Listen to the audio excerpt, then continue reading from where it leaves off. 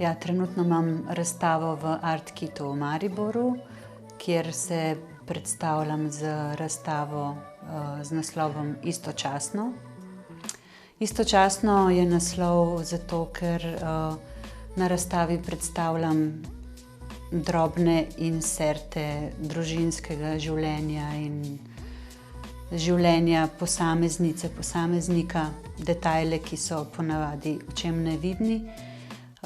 Istočasno pa se po svetu dogajajo zelo različne grozne stvari, vojne, potem imamo svet poln ekoloških katastrof. Skratka, smo na nekakšnem robu, istočasno pa živimo svoja življenja, ki so sestavljena iz zelo navadnih trenutkov.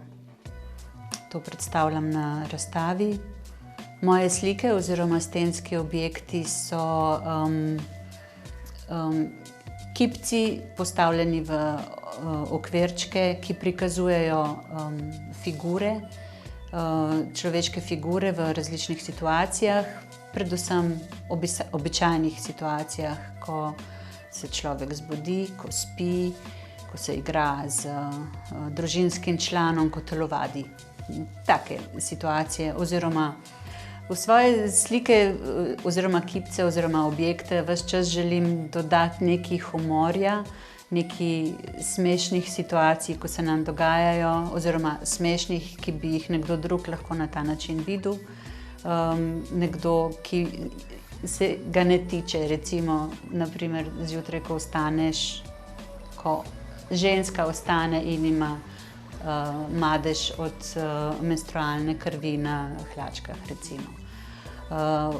Potem na slikah, recimo, imam upodobljene domače mačke, ki hodijo za mano in me ves čas opazujejo. Tudi to je ena od življenjskih situacij, ki jo vsak dan doživljam. In to so take malenkosti, ko tvorijo posameznikovo življenje, moje. Predvsem jaz zelo veliko izhajam iz svojega življenja in iz življenja svoje družine, svojih najljubših. Zato imamo upodobljene take situacije, kot so spanje, potem so igra, pogled v ogledalo, soočenje s samim sabo, ko si malo nezadovoljen sam s sabo, potem situacija, ko nekdo telovadi in je malo neroden pri tej telovadbi, potem situacija, ko si želiš iti recimo v bazen, pa je malo premrzla voda in take situacije.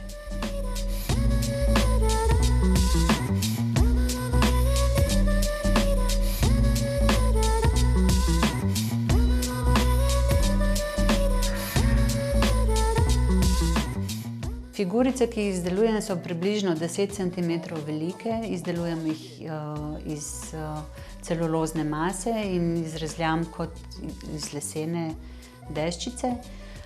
Ali pa tudi včasih uporabljam glino za to izdelovanje, ampak se na isti način lotim, kot da bi rezljala v les. Postavim jih potem v situacijo, v okvirček, na podlago, ki potem ponazori to situacijo, v kateri figurica je, recimo, nekdo spi pogreznen v mehko posteljo. To je figurica, ki je na sredi formata in potem je ta majhen objektek na steni kot slika, ampak gre za objekt, ki je trodimenzionalen.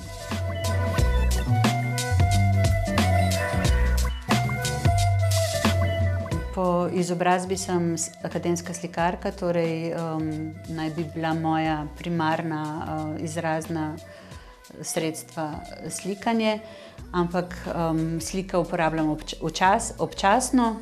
V tej seriji muck opazovalk sem večkrat upodobila našo domačo mačko, ki je pač družinski član in ves čas hodi za mano.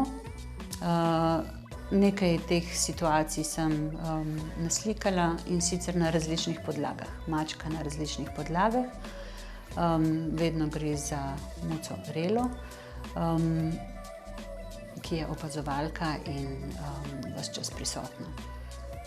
Tudi to mi je ena taka zanimiva človeška lastnost, da si podredimo tudi živali, zato da je nam čustveno lažje preživeti to življenje. Omogočamo tem bitjem, da živijo v bistvu na en tak človeški način tudi svoje življenje.